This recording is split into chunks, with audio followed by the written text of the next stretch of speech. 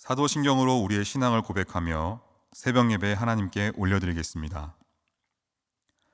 전능하사 천지를 만드신 하나님 아버지를 내가 믿사오며 그 외아들 우리 주 예수 그리스도를 믿사오니 이는 성령으로 잉태하사 동정녀 마리아에게 나시고 본디오 빌라도에게 고난을 받으사 십자가에 못 박혀 죽으시고 장사한 지 사흘 만에 죽은 자 가운데서 다시 살아나시며 하늘에 오르사 전능하신 하나님 옆에 앉아 계시다가 저리로서 산 자와 죽은 자를 심판하러 오시리라. 성령을 믿사오며 거룩한 공회와 성도가 서로 교통하는 것과 죄를 사하여 주시는 것과 몸이 다시 사는 것과 영원히 사는 것을 믿사옵나이다. 아멘.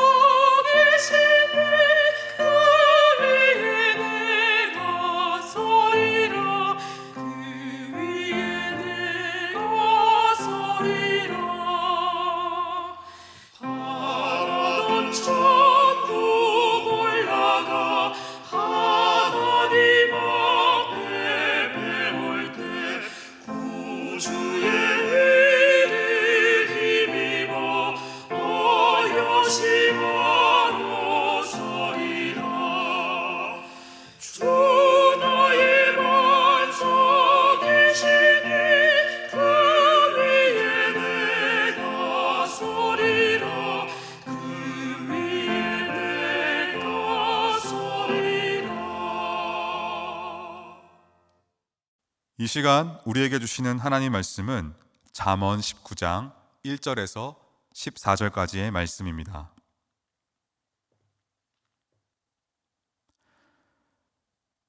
가난하여도 성실하게 행하는 자는 입술이 패역하고 미련한 자보다 나으니라. 지식 없는 소원은 선하지 못하고 발이 급한 사람은 잘못 가느니라. 사람이 미련함으로 자기 길을 굽게 하고 마음으로 여호와를 원망하느니라. 재물은 많은 친구를 더하게 하나 가난한즉 친구가 끊어지느니라. 거짓 증인은 벌을 면하지 못할 것이요 거짓말을 하는 자도 피하지 못하리라. 너그러운 사람에게는 은혜를 구하는 자가 많고 선물 주기를 좋아하는 자에게는 사람마다 친구가 되느니라. 가난한 자는 그의 형제들에게도 미움을 받거든 하물며 친구야 그를 멀리하지 아니하겠느냐 따라가며 말하려 할지라도 그들이 없어졌으리라. 지혜를 얻는 자는 자기 영혼을 사랑하고 명철을 지키는 자는 복을 얻느니라. 거짓 증인은 벌을 면하지 못할 것이요 거짓말을 뱉는 자는 망할 것이니라. 미련한 자가 사치하는 것이 적당하지 못하거든 하물며 종이 방백을 다스림이랴. 노하기를 더디하는 것이 사람의 슬기요 허물을 용서하는 것이 자기의 영광이니라. 왕의 노함은 사자의 부르짖음 같고 그의 은택은 풀 위의 이슬 같으니라. 미련한 아들은 그의 아비의 재앙이요 다투는 아내는 이어 떨어지는 물방울이니라. 집과 재물은 조상에게서 상속하거니와 슬기로운 아내는 여호와께로서 말미암느니라. 아멘. 잠시 예배를 위해서 기도하겠습니다. 하나님, 우리는 하나님께 늘 좋은 것을 드리고 싶어 합니다. 그런데 그 드리고자 하는 것과 하나님이 받기 원하시는 것이 다를 때가 참 많습니다. 내가 드리고자 하는 그 생각과 고집을 내려놓고 하나님이 받기 원하시고 우리에게 말씀해 주시는 그 말씀에 순종하고 반응하는 삶을 살기를 원합니다. 주님, 우리의 겸손함을 주셔서 주의 음성이 들려지게 하시고 성령께서 함께 하사 우리가 할 수 없는 그 일들을 주님으로 인하여 이루어 주시옵소서. 예수 그리스도의 이름으로 기도하옵나이다. 아멘. 제가 사역을 쉬면서 회사에서 일한 적이 있었습니다. 그때 회사가 좀 어려워서 월급을 잘 받지 못하고 밀린 적이 있었는데요.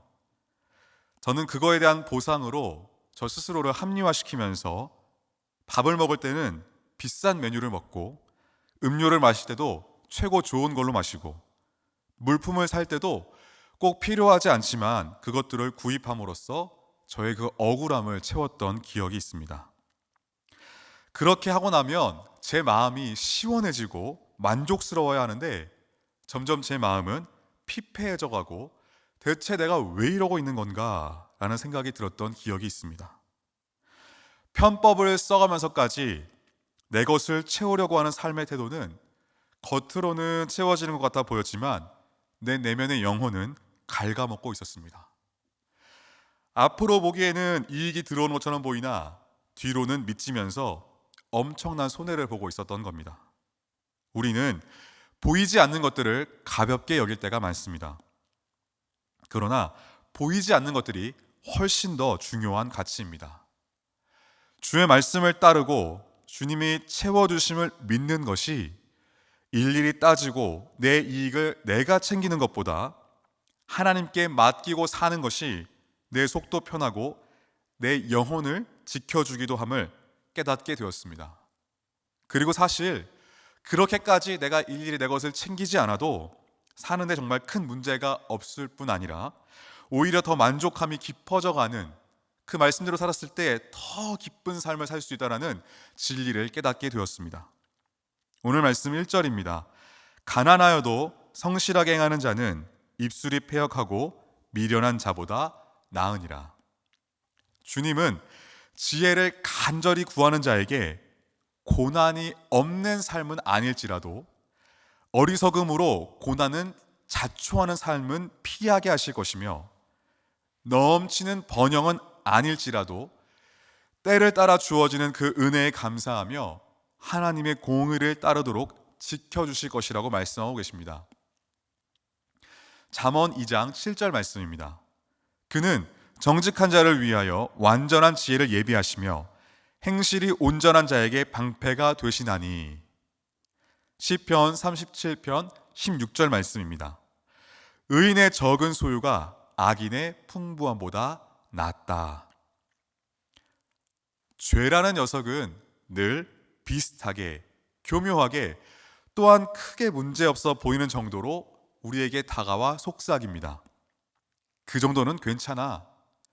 남들도 다 그 정도는 해. 너의 삶은 너가 지켜야지. 누가 우리의 삶을 대신 살아주진 않아. 우리는 이러한 세대 속에서 이러한 세계관이 당연하다고 생각하며 살아갑니다. 그러나 성경은 그것이 아니다라고 말씀하고 있습니다. 내 것을 잘 챙기는 것이 똑똑해 보이고 지혜로워 보이지만 아주 헛똑똑이 같은 행동입니다.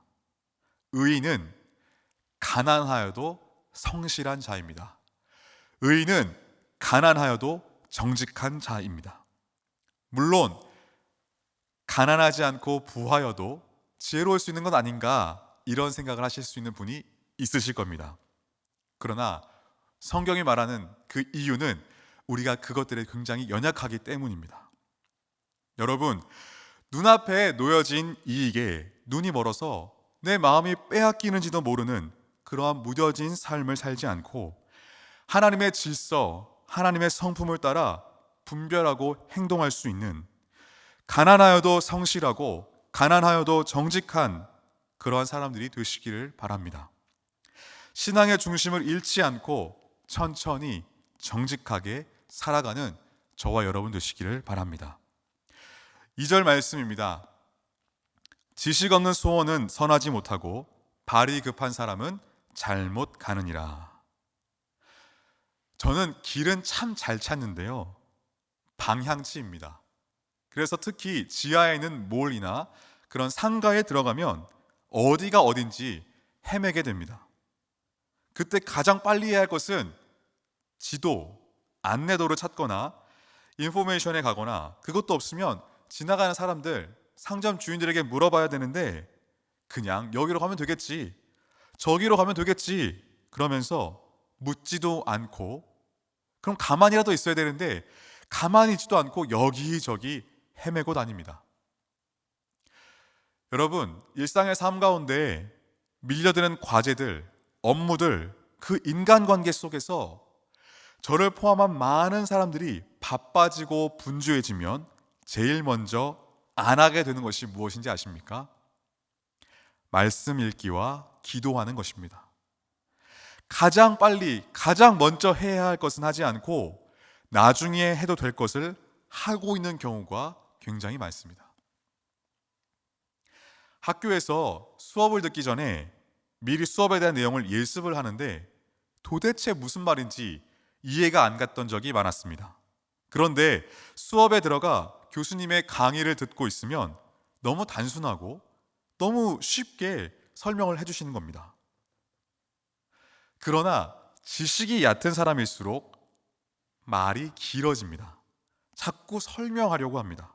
그러나 진짜 그걸 아는 사람은 아주 단순하게 설명하고 글로 풀어냅니다.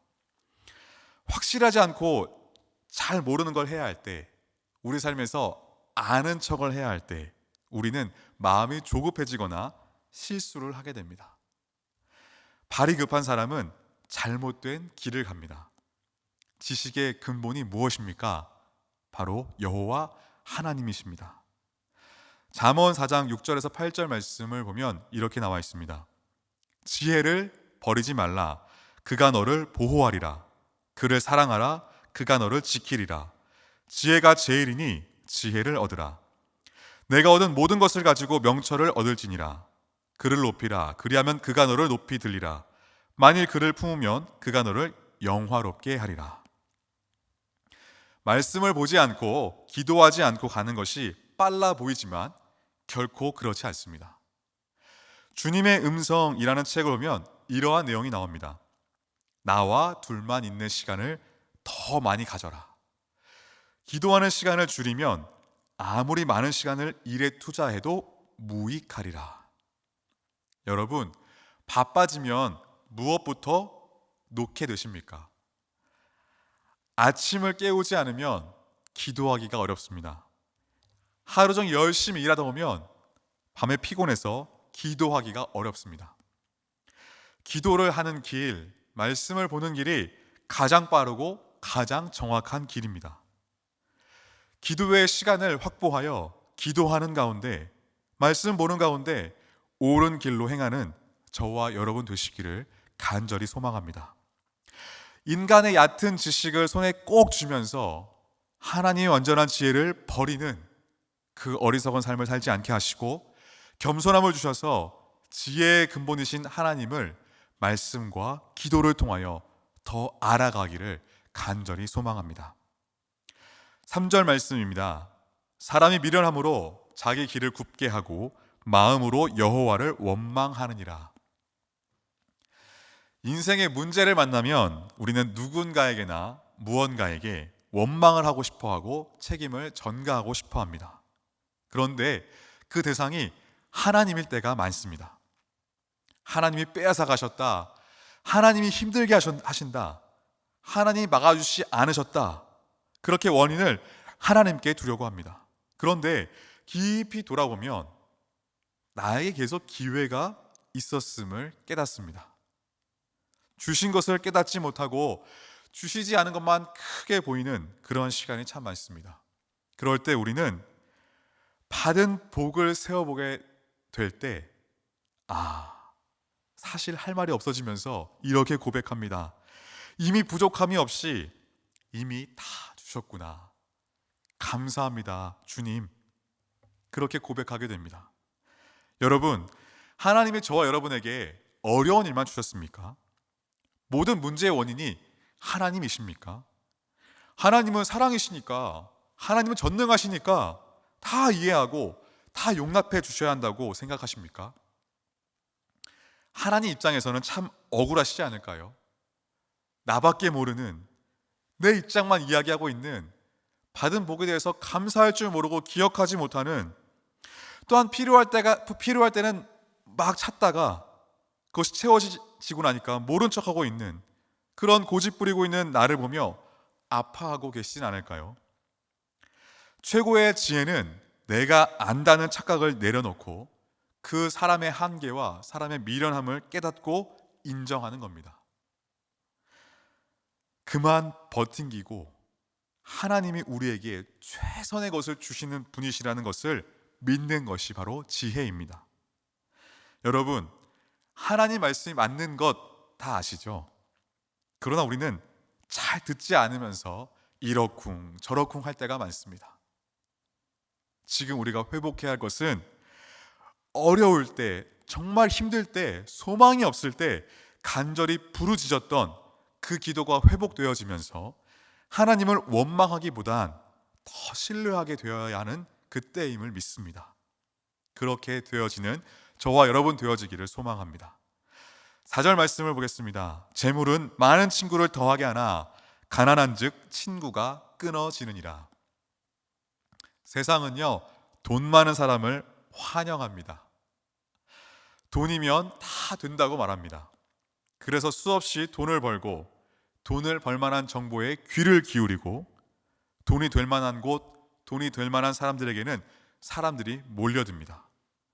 정보가 힘이라고 하는데 그 정보는 대부분 돈과 연결이 되어 있습니다. 돈이 많은 친구가 맛있는 밥도 사주고 돈이 많으신 분이 선물도 사주면 매우 좋습니다. 그리고 그런 분들이 옆에 있다면 매우 좋습니다. 아이들이 어릴 때는 할머니, 할아버지를 잘 찾아가지만 점점 커갈수록 가지 않으려고 합니다. 그런데 용돈을 많이 준다고 하면 어떻게든 따라가려고 합니다.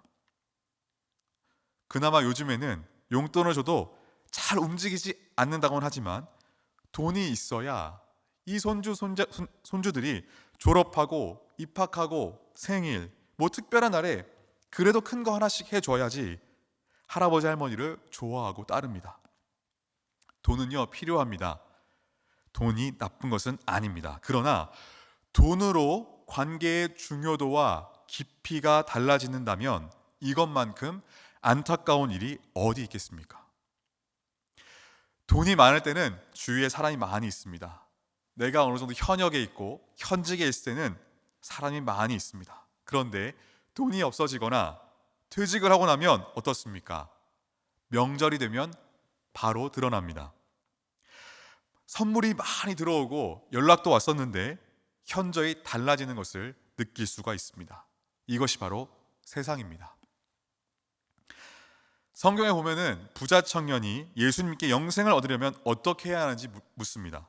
그러자 예수님은 청년에게 네가 이미 다 배우고 알고 왔다고 전제하시고 내게 있는 것을 다 팔아 가난한 자들에게 주라. 그리하면 하늘에서 보화가 내게 있으리라. 그리고 나를 따르라 라고 제안하셨습니다. 그러나 그 말씀을 따르지 않고 그 부자 청년은 떠나버리고 맙니다. 마태복음 6장 19절과 20절에 보면은 이런 말씀이 나와 있습니다. 너희를 위하여 보물을 땅에 쌓아두지 말라. 거기는 좀과 동록이 해하며 도둑이 구멍을 뚫고 도둑질하느니라. 오직 너희를 위하여 보물을 하늘에 쌓아두라. 거기는 좀이나 동록이 해하지 못하며 도둑이 구멍을 뚫지도 못하고 도둑질도 못하느니라. 성경은 우리를 위하여 보물을 땅이 아닌 하늘에 쌓아두라고 권면합니다.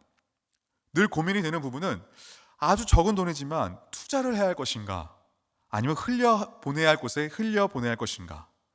투자가 나쁘다는 이야기가 아닙니다. 그러나 흘려보내야 할 곳에 먼저 흘려보낼 수 있는가에 대해서 저는 스스로 질문해 봅니다. 그렇다면 하늘에 쌓아둔다는 것은 무엇일까요? 누가복음 14장 12절에서 14절까지 말씀입니다. 또 자기를 청한 자에게 이르시되 네가 점심이나 저녁이나 베풀거든 벗이나 형제나 친척이나 부한 이웃을 청하지 말라. 두렵건대 그 사람들이 너를 도로 청하여 내게 갚음이 될까 하노라. 잔치를 베풀거든 차라리 가난한 자들과 몸 불편한 자들과 저는 자들과 맹인들을 청하라. 그리하면 그들이 갚을 것이 없으므로 내게 복이 되리니 이는 의인들의 부활 시에 내가 갚음을 받겠음이라 하시더라. 갚을 것이 없는 자에게 베푸는 것이라고 이야기합니다. 하나님이 갚아주신다라고 이야기합니다. 이것이 하늘에 쌓아두는 것입니다. 잠언 11장 24절에서 25절 말씀입니다. 흩어 구제하여도 더욱 부하게 되는 일이 있나니 과도히 아껴도 가난하게 될 뿐이니라. 구제를 좋아하는 자는 풍족하여질 것이요 남을 윤택하게 하는 자는 자기도 윤택하여지리라. 하늘에 쌓아둔다라는 것이 흩어 구제하는 것, 과도히 아끼지 않는 것, 구제를 좋아하는 것, 남을 윤택하게 하는 것, 곡식을 내놓는 것, 자기의 재물을 의지하지 않는 것이라고 이야기합니다. 사실 돈이 있으면 편합니다. 돈이 있으면 대우도 받게 됩니다. 그러나 우리는 진짜를 만나면 그 사람이 돈이 얼마나 있는지, 무슨 일을 하는지 보다 그 사람의 중심과 태도에 고개를 숙일 때가 많습니다. 진리의 말씀을 가진 자라면 가난한 자 같으나 많은 사람을 부요하게 하는 자임을 거듭 확인하며 재물에서 얻는 이익보다 지혜로운 인격 때문에 받는 보상을 더 귀하게 여기는 저와 여러분 되기를 소망합니다. 제가 잠언을 계속 쭉 묵상해 오면서 깨닫는 진리가 있습니다. 좋은 걸 많이 먹는 것보다 안 좋은 걸 안 먹는 게 더 좋은 거구나. 마치 혹자는 좋아하는 술을 마시기 위해 매일 비타민과 좋은 음식들을 꼬박꼬박 챙겨 먹습니다. 불안하니까, 더 안 좋은 걸 하고 싶으니까. 그런데 술은 그냥 안 마시는 게 최고입니다. 또한 아이에게 잘해주려고 이것저것 해주는 것보다 아이에게 화를 안 내는 것이 더 좋다라는 것을 깨닫습니다. 아이와 좀 더 친밀감과 유대감을 쌓아보려고 좋은 아빠가 되고 싶어서 아이에게 좋은 책도 읽어주고 블럭놀이도 하고 간식도 사주지만 한 번씩 내는 화로 인해서 지금까지 잘했던 것들이 무너지는 경험을 합니다. 그냥 차라리 화를 안 내는 게 최고이고 좋은 아빠인 것을 깨닫습니다. 그리고 하나님의 일 또한 섬기고 봉사하고 헌신하는 것보다 죄를 안 지는 게 훨씬 더 잘하는 것이고 좋다는 것을 깨닫습니다. 헌금도 열심히, 봉사도 열심히, 헌신도 열심히, 참 많은 사역에 열심을 다하지만 하나님 입장에서는 그냥 죄 짓지 않는 것이 훨씬 낫다라고 이야기하십니다. 결론은 하나님께 좋은 걸 드리는 것보다 안 좋은 걸 안 드리는 게 낫다라는 겁니다. 내가 하고 싶은 대로 하려고 머리 쓰지 말고 그냥 하나님이 하라고 하는 대로 살아보자라는 것입니다.